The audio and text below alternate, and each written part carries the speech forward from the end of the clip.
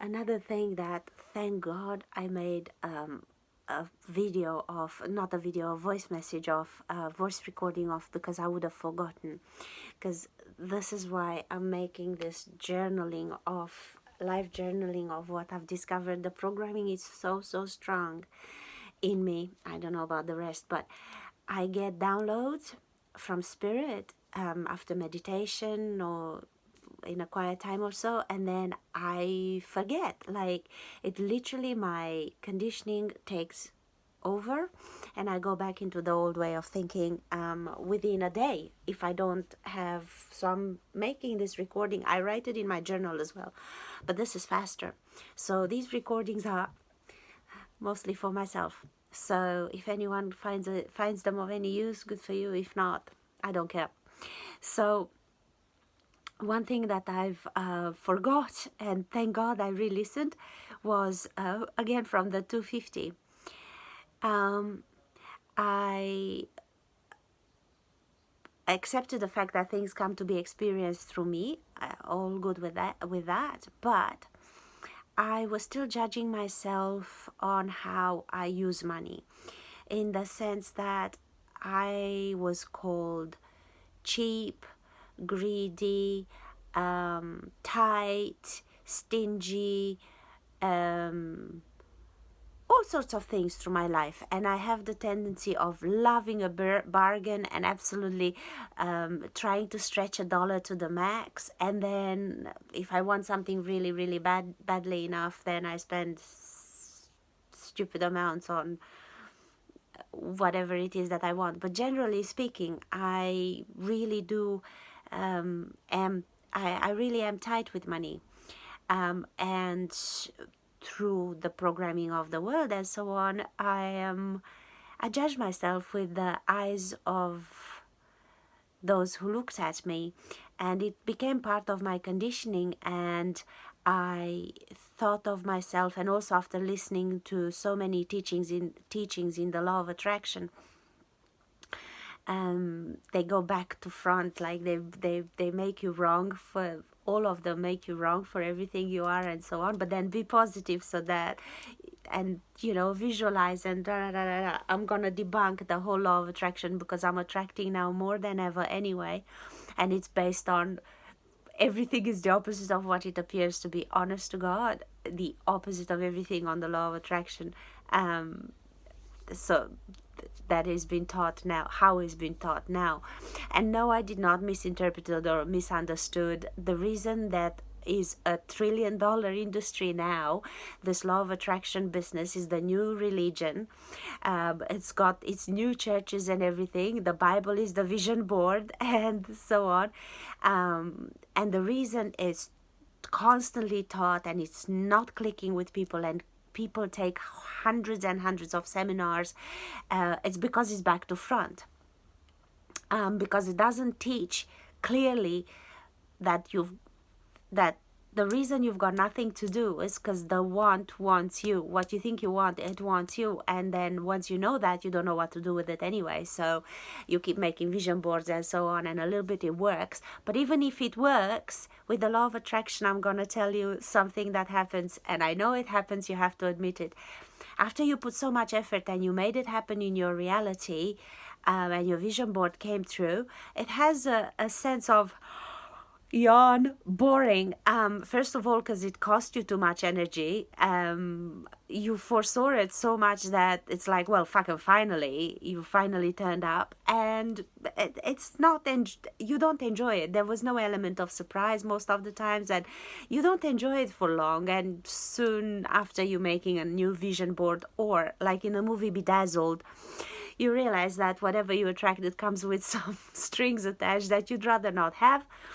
So, yeah, I totally function not on the law of attraction. So, but even based on this law of attraction and so on, everything that I was, all the energy that I'm putting on money, oh my God, it is so bad, because you have to see the money as flowing, and you can't be stingy and you can't be tight because of blah, blah, blah. But check this out. So on one hand, I I had this feeling through whatever it came, conditioning or programming or whatever. I came across these teachings that every time you spend money, to program money to bring you, so when you spend it, to bring you more, so that when it goes out, to come back into your life tenfold, or in other teachings, to come back with its friends and brothers and sisters, or to program money so that it makes you more money, or to bring you teachings or something, so that when you give it out, to come back to you. So I had this in my head of money multiplying. Now, of course, you would say, yeah, go and take an investment class and go put it in the stock market, or learn how to trade currencies, or learn how to trade futures, or learn how to trade options, or whatever, which I know all of those. And I've traded too, but it's boring. It's so fucking boring. It doesn't really wake me up in the morning, and it's totally uninspiring.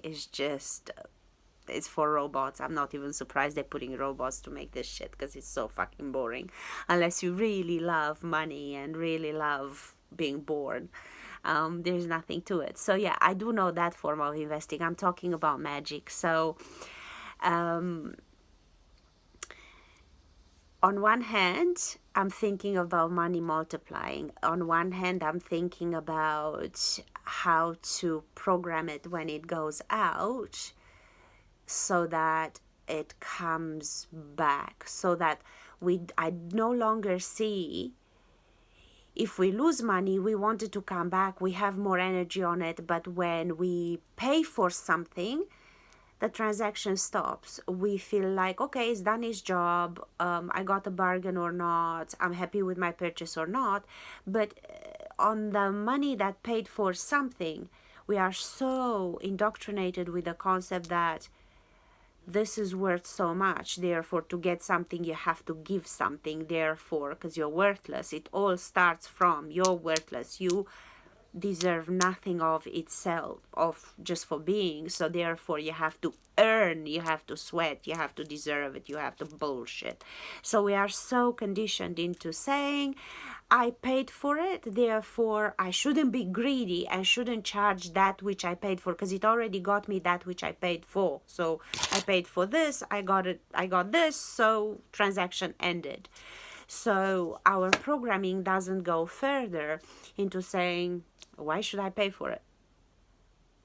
Oh, because the other, but leave that bullshit alone.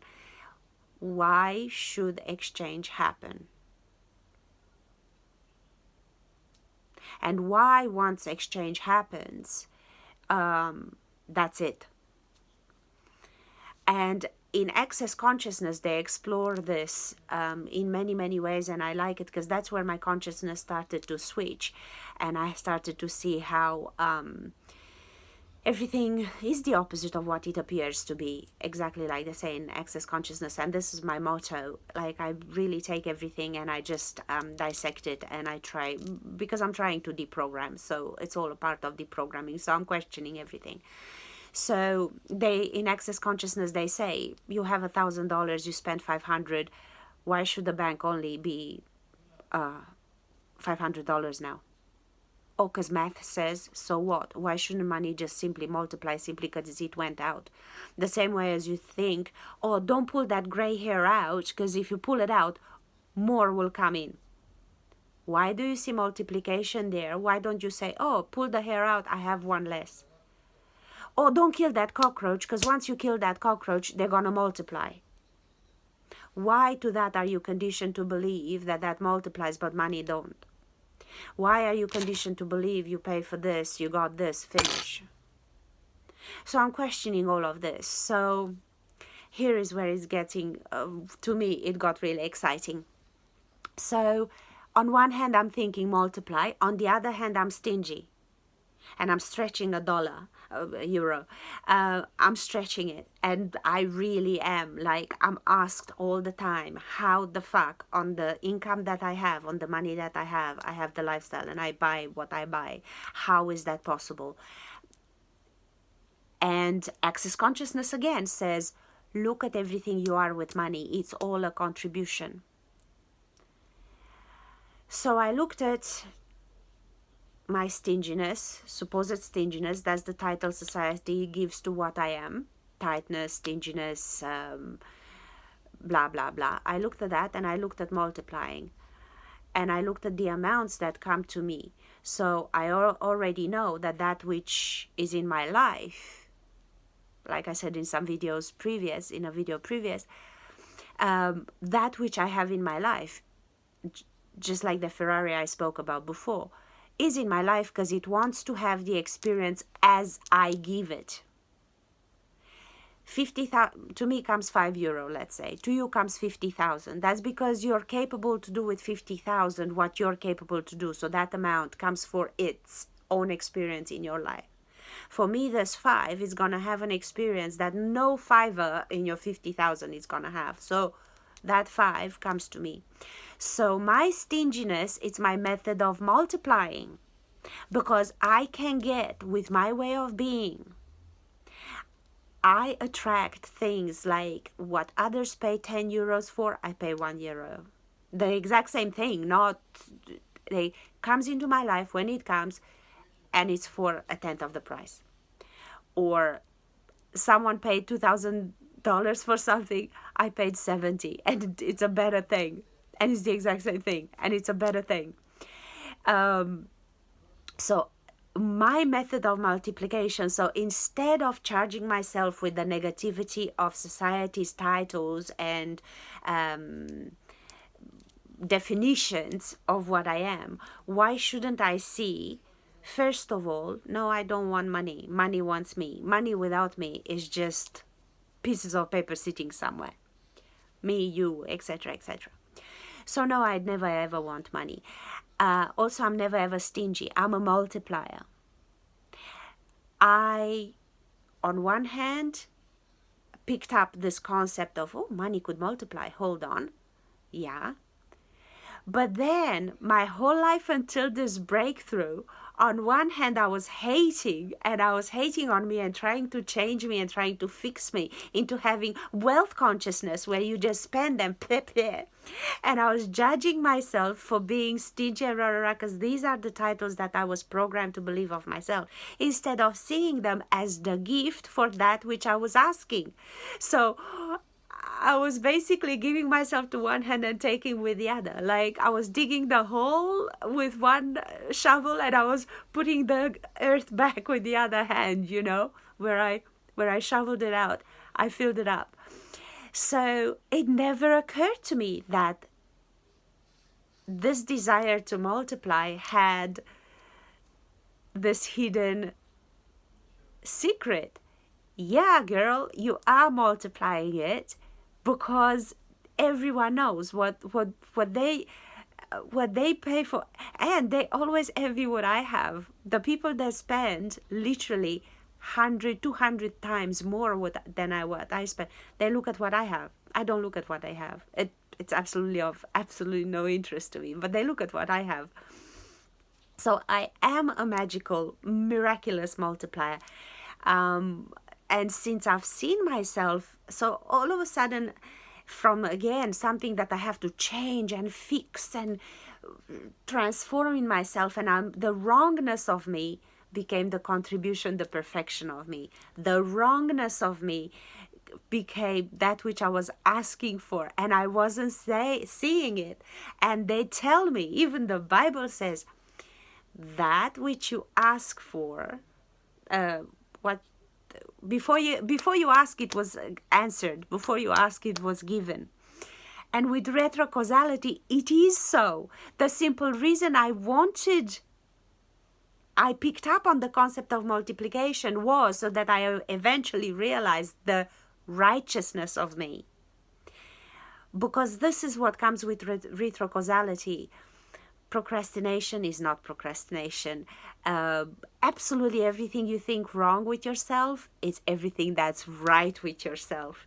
And you don't see it. You think you have to fix and do and say shit, and they're literally milking you dry. Absolutely every concept out there is selling you why you're wrong and why you need their shit to fix you, including the law of attraction. It's just a new method of manipulation. Look everywhere on YouTube and everywhere, überall, like they say in Deutsch, in German. They are pointing out how you do something wrong, how you're wrong about it, how you need to be more of something, they literally milk your insecurities. And if only you do that next course, the next seminar, the next bullshit, then you'll be fixed. When absolutely everything you are, it's a contribution. That exact thing that you think you need to fix is the contribution for the very thing you're asking for. And if you just flip to see, instead of the want, the receiving of it, you have actually received it. It's exactly like that's why I gave the example. I was asking for things to multiply whilst I was denying what I was, because stingy sounds terrible, because cheap sounds terrible. Nah, that's a method of multiplication. What I make with €5, you don't make with 500. And that's a fact. So I've got nothing to fix. And since I've flipped this, all of a sudden, a number of things started happening. But it's not about, I know them, no one else needs to know them. So it's not about bragging here, not about convincing anyone, because this is mostly for myself to remember. To remember. The wrong of me is the right of me. I just need to flip perspective.